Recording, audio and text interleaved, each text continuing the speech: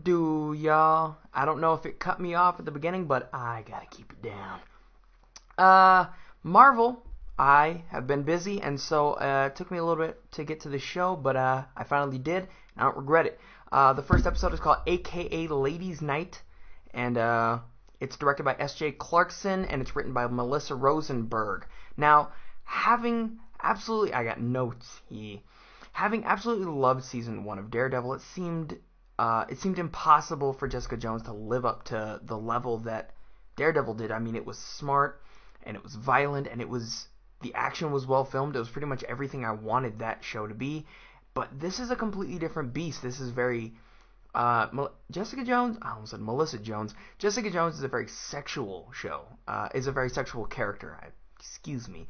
Is a very sexual character, and so adapting her isn't easy at all, and her story is a bit weird. Her main bad guy's name is the Purple Man, so take that however you will. But this first episode definitely lived up to what I wanted from a Jessica Jones television series. This is very firm footing, and I hope that they keep this longevity and this momentum throughout the rest of the season. Even in its lowest points, this was a this was a well developed and smart show. Although I was worried for a bit. The cinematography by Manuel Billetter is absurdly good, and the direction by S.J. Clarkson certainly made for some beautiful shots. But what worried me a bit was the pacing. I wasn't sure that the noir type feel they were going for was right for this outlandish character, because in a noir film, it's a requirement is that it be a little bit somber and a little bit kind of dark in theme and very narratively complex. And so adapting that or applying that to a superhero isn't an easy task. And so I can't even imagine how difficult that must have been for the creative team behind this, but they did it, and they did it well. Sorry, my throat hurts a little bit. I'm gonna take a squeeze. Oh. I apologize. Daredevil is a good example of what is possible regarding a superhero. The only difference being that Daredevil doesn't have superhuman abilities. He's just well trained. But Jessica Jones, she has superhuman abilities, and so taking that outlandish tone and applying it to this noir feel is a difficult blend, but I think they did it pretty well here. The very scene in which I stopped being worried was when she lifted up the car. I apologize, there will be spoilers from here on, my bad. But when she lifted up the car, that was an indication to me that they were willing to go as outlandish as the character deserves, but it still maintained that noir feel. Her private investigator narrative didn't falter at all, and I felt that was a worthy scene for her eccentric powers.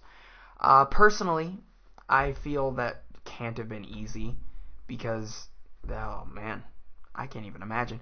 For a while, this episode seemed as though it had toned down her powers and was solely going to use them for the purpose of punching and jumping. You see that one scene of her jumping up onto the thing, and then she sits there watching the little windows, which was a bizarre scene. I don't understand it. I imagine it was a shout out to I don't know the name. I can't think of the name. I'm gonna hate myself later. Yeah, I thought it was just gonna be used that, and then she lifted up the car, and I was like, ooh, damn, they're willing to go there. That was cool. And then the idea that they were willing to go this far became progressively apparent, with each scene slowly becoming increasingly crazy, all leading up to that finale. Oh man, oh man, oh man. Not again. More on that later. What sold me on this narrative structure was the way the episode progressed and unraveled. With each passing moment, the tone kind of switched around, which indicated that they were willing to let the tone be affected more so by the narrative and the story than the other way around, which is not really something Marvel has been accustomed to. They have been very dependent on their tones. Captain America the Winter Soldier, as much as I freaking love that movie, was very much like, we got to keep with this tone, and I don't think it served the character as well as it might have. That's really the only flaw in that movie. That's an incredible movie, but I digress. We've seen shows get confident, get too cocky, like Arrow and Gotham, and try to just bank on the name. And I don't think Marvel has been doing that. They've been very smart and devised. Know what the word means. They've been very smart with what they're doing. They're willing to tell restrained stories and keep these thematic complexities and be dark and be gritty, even though they're freaking killing it, and that's amazing, and I appreciate that. They never falter on the entertainment front, which is not an easy thing to do here. You've seen it in the finale, the end of the episode. Oh my god, that was rough.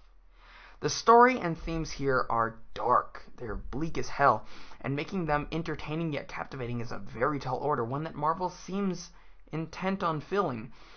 They are making a few sacrifices here, and many are going to see those sacrifices as problems. The sacrifices they're making are, in the name of the captivation factor, are the enjoyment factor. I didn't particularly enjoy watching... Hold on, my throat hurts real bad.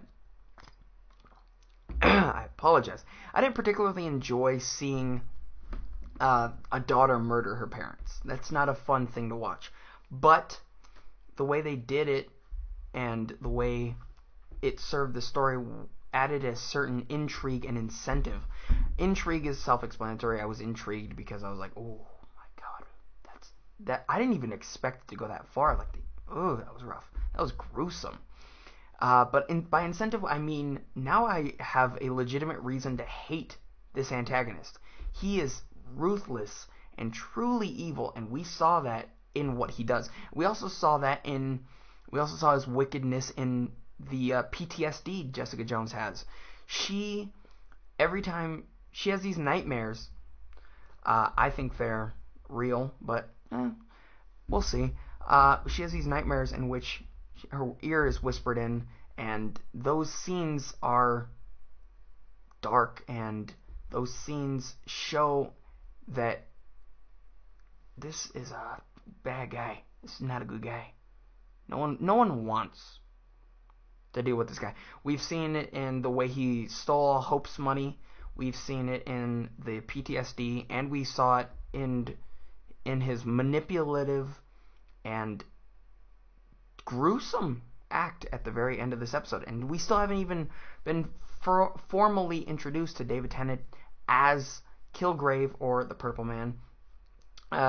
We see her coping, but we never see, we don't see him deliver a line directly to the audience. We see him just whisper in ears briefly and add a sense of development to Jessica Jones' character, but we never see him really tackle the grander scale.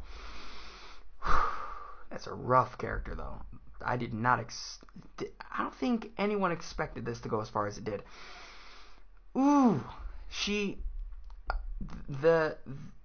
The incentive given by this character is what made the finale as incredible as it was, because we get to see Jessica Jones reiterate the reactions she listed earlier. She can either keep denying it or do something about it. And then the episode closes with her briskly speed walking back into the building, which was... Aside from a satisfying inclusion, this episode also offers some pretty great sequences. The one that stands in the forefront of my mind was that scene in the bar. Oh my god. Was that scene in the bar. The obvious awesomeness stemming from the fact that we finally got an introduction to Luke Cage was great. My lips make a noise and I like it. Mike Coulter plays Luke Cage. He's a very suave and charismatic boy. But also, I feel the writing was never better than it was there in that one scene. You've got one of the best lines in the entire episode. I don't flirt, I just say what I want. And the conversation felt extremely authentic and true to the narrative of these characters. Cage is suave, charismatic. He's like Idris Elba, but like discount dollar store Idris Elba. I am feeling real good about the series, the 2016 series he's coming at with Luke Cage. Next year, same time as Daredevil. Next year's gonna be a good year. We got Batman, we got frickin' Daredevil, we got all these movies, and then we got these 2 TV. Oh, it's gonna be a good year. I can't wait for 2016. And then you got Jessica Jones. She is blunt and restrained in that scene, and I feel like that scene perfectly described both of those characters, and it encapsulated the feel of the entire television series that they seem to be setting up, at least in this episode they have. At first glance, they might not seem to have too much chemistry, but I think that's actually an intentional decision. I think it's inspired. I think because Jones suffers from post-traumatic stress disorder and she's clearly not ready for a relationship. She's clearly got a few problems she's dealing with. And the fact that you see Cage is not a relationship type of guy. He's very much a ladies' man. And that interaction, none of them hoped to come out with the response they did. But the way that scene unraveled felt sincere, and it actually their lack of chemistry actually heightened their inevitable sex scene. Another area Marvel doesn't seem to be pulling too many punches. With Daredevil, Marvel showcased how violent they were willing to go. With that one scene in which Wilson Fisk crushes that guy's head in the door, that was rough, that was brutal, and that was graphic. Most of us were shocked by that, and I think we can all agree that we were shocked by that one scene in this episode in which sweet, sweet coyness is made. I think I think Jessica Jones as a character lends nicely to the kind of bite that there seem to be going on. The trajectory here is anything but toothless. I think Marvel intends to keep on the sexual train, chugga chugga choot choot, if you know what I'm saying. And so be on the lookout for that in the future. I know I will be. I hate doing this as it's very taxing and I feel it's pointless. But here it seems relevant. Let's talk performances. Kristen Ritter is far more adjusted to the role than I'd expected. I was afraid she wouldn't be willing to exude the immense disdain Jessica Jones has for everyone and everything, but she handled that aspect of her character fantastically. Mike Coulter, like I said, in his brief scene was very good, but the real standout here is Erin Moriarty. Her creepy response in the elevator to Jessica was... this sent chills down my spine, and my world crumbled for a brief moment when she seemingly snapped and realized what she had done. Seeing her murdered parents, I don't know if that was faked, but that response nonetheless was heartbreaking, and that took a toll on me. The weird thing about the series is how one-sided this cast is. We finally get to see some strong female characters in the MCU, and now we lose all the strong male characters. I mean, you got Luke Cage, who I hope is going to become a large part, and you got the Purple Man, who I hope is... what am I hoping? Obviously, he's going to become a large part of the show in the coming episodes, but this was very female-centric, very female, one-sided episode, and I don't know if I like that. Overall, this is an excellent start to the series. If it keeps this momentum, it's sure to transcend television the same way Daredevil did. I still prefer Daredevil as a series, but it's very early on, and it's an unfair comparison as is such. AKA Ladies' Night as an episode is a worthy installment in the Marvel/Netflix television universe. Its somber noir tone blends nicely with the eccentric superhuman character. This show is sure to be anything but toothless. I'm excited to continue watching this show. Thank you guys for watching. Please tell me what you thought of the show in the comments down below. Thank you guys for watching. You have a great evening. My throat is giving out. Bye.